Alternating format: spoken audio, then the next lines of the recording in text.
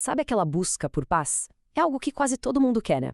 Mas e se para algumas pessoas essa busca incessante por tranquilidade for, na verdade, uma forma de se anular?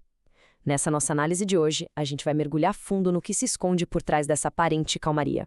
E aqui está a ideia central que muda tudo, o ponto de virada. Muitas vezes o problema não é o medo da briga, do conflito em si.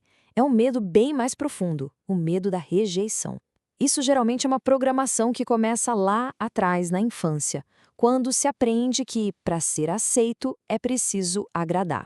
E é exatamente aí que começa um padrão de comportamento que a gente vê por toda parte.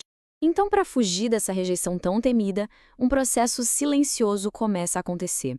É o ato de se apagar, de se anular aos pouquinhos. E isso não é abstrato, não. Se manifesta de formas bem concretas no dia a dia.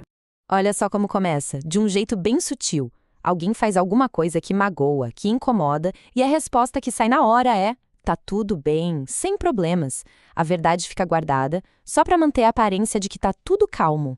Logo em seguida, vem a enorme dificuldade de dizer não. A pessoa acaba aceitando convites, pegando mais tarefas, concordando com pedidos, tudo contra a própria vontade. O motivo? O medo de desapontar, de criar qualquer tipo de atrito. E talvez o passo mais doloroso seja o silêncio. Engolir as opiniões, os sentimentos, as próprias necessidades, quando o corpo e a mente estão gritando para serem ouvidos, para colocar aquilo para fora. E aí, depois de se calar, de concordar sem querer, de fingir que tá tudo bem, é muito comum chamar esse estado de paz.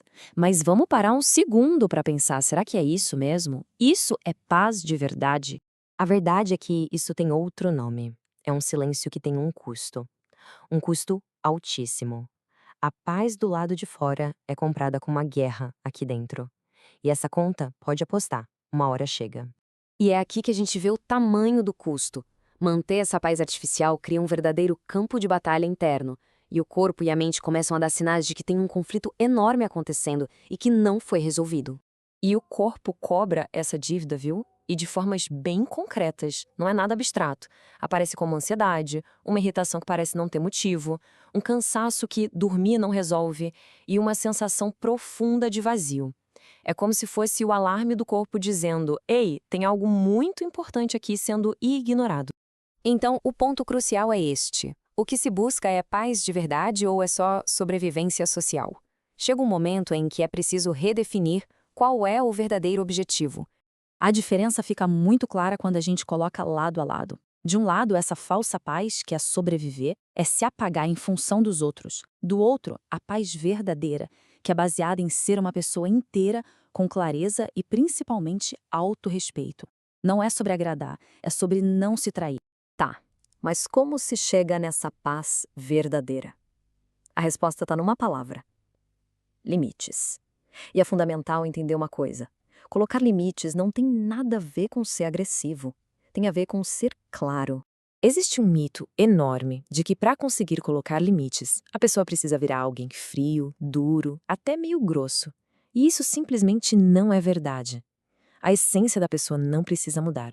O objetivo não é a dureza, é a inteireza. É sobre integrar todas as partes de si.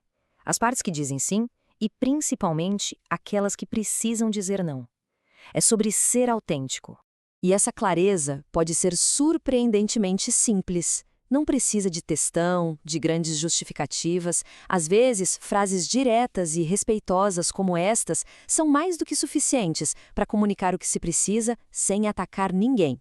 E quando se começa a construir essa nova postura, o resultado não é o isolamento, que é o medo de muita gente. Pelo contrário, é uma forma muito mais autêntica e sólida de paz. E é importante ter isso em mente. No começo, algumas pessoas que estavam acostumadas com a falta de limites podem estranhar, vão se incomodar. Mas essa mudança funciona como um filtro. As pessoas certas, aquelas que realmente importam, elas vão entender e vão respeitar. E é nesse momento, sabe, quando as relações se ajustam a esse novo eu mais inteiro, mais honesto, é aí que a paz genuína finalmente dá as caras. Uma paz que não vem da aprovação dos outros, nem daquele esforço exaustivo de tentar agradar todo mundo o tempo todo. Mas sim, a paz mais profunda e duradoura de todas. Aquela que vem de ser leal a si. A paz de não se trair. E essa, sim, é a verdadeira conquista.